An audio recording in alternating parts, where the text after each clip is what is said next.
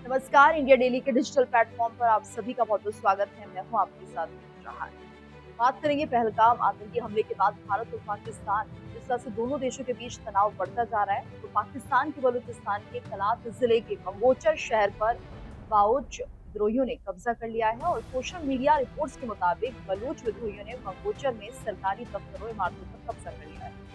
पहलगाम आतंकी हमले के बाद भारत और पाकिस्तान दोनों देशों के बीच तनाव बढ़ता जा रहा है। वहीं पाकिस्तान के बलूचिस्तान के कलात जिले के मंगोचर शहर पर बलूच विद्रोहियों ने कब्जा कर लिया है। सोशल मीडिया रिपोर्ट्स के मुताबिक बलूच विद्रोहियों ने मंगोचर में सरकारी दफ्तरों और इमारतों पर कब्जा किया।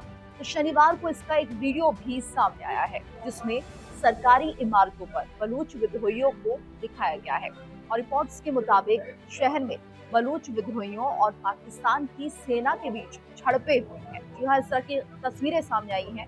बलूच विद्रोहियों ने शहर में पाकिस्तान की सेना के कैंप पर हमला किया और विद्रोहियों ने कथित तौर पर पाकिस्तान की सेना के कुछ हथियार भी जब्त कर लिए हैं।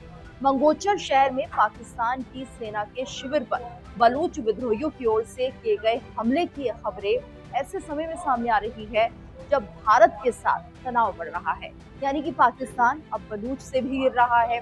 पाकिस्तान की सेना ने कथित तौर पर भारत से हमले की आशंका के चलते पश्चिमी सीमा पर अपने सैनिकों को तैनात कर दिया था और पिछले कुछ महीनों में बलूच विद्रोहियों ने बलूचिस्तान में पाकिस्तान के सुरक्षा कर्मियों पर हमले काफी तेज कर दिए हैं।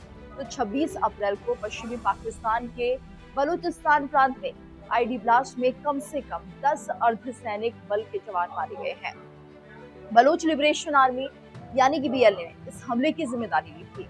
आपको बता दें कि पाकिस्तान की ओर से ये दावा किया गया है कि वो सभी यात्रियों को रिहा कर रहा है।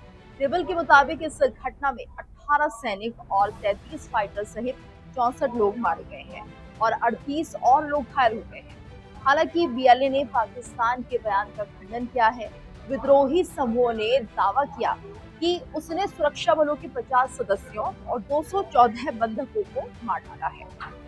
तो देखिए, हाल ही में पहलगाम आतंकी हमले के बाद नई दिल्ली और इस्लामाबाद के बीच कूटनीतिक संबंधों की स्थिति और भी ज्यादा बिगड़ने लगी।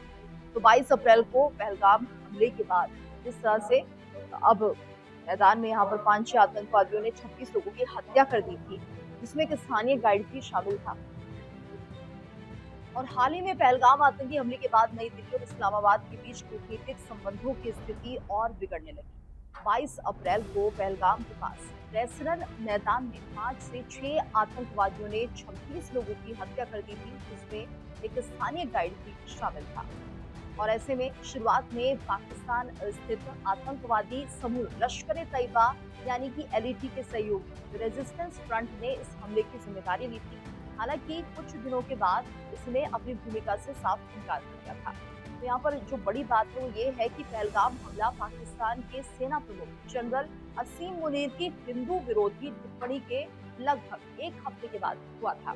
और ऐसे में यहाँ पर कहा यह जा रहा है कि जो असीम मुनीर है उन्होंने यहाँ पर भड़काने का काम किया, जिसके चलते ये आतंकवादी हमला हुआ है। जिस तरह से जनरल मुनीर ने हिंदुओं के प्रति अपनी नफरत और जहर को उगला था, उसके बाद ये हमला साफ तौर पर ये इशारा करता है कि इसके पीछे पाकिस्तान का बड़ा हाथ है। लेकिन अब पाकिस्तान की उल्टी गिनती शुरू हो गई है। अब दूसरी तरफ से बलूचिस्तान भी कहीं न कहीं पाकिस्तान पर आक्रमण करना चाहता है, उससे बदला लेना चाहता है। हालांकि काफी लंबे समय से जो बीएलए है वो एक्टिव है और यहाँ पर पाकिस्तान से अपने हक को मांग रहा है, लेकिन इस बार ऐसा लग रहा है कि पाकिस्तान चारों तरफ से घिर गया है और उसके लिए अब आने वाले दिन मुसीबत भरे होंगे और उसे एक बड़ा सबक सिखाने के लिए चारों तरफ से सभी देश तैयार दिख रहे हैं। खासतौर से भारत की जब ये कोशिश होगी तो पाकिस्तान को मुक्ति खानी पड़ेगी। इस खबर को लेकर आप क्या सोचते हैं? अपनी राय हमें कमेंट करके जरूर बताएं।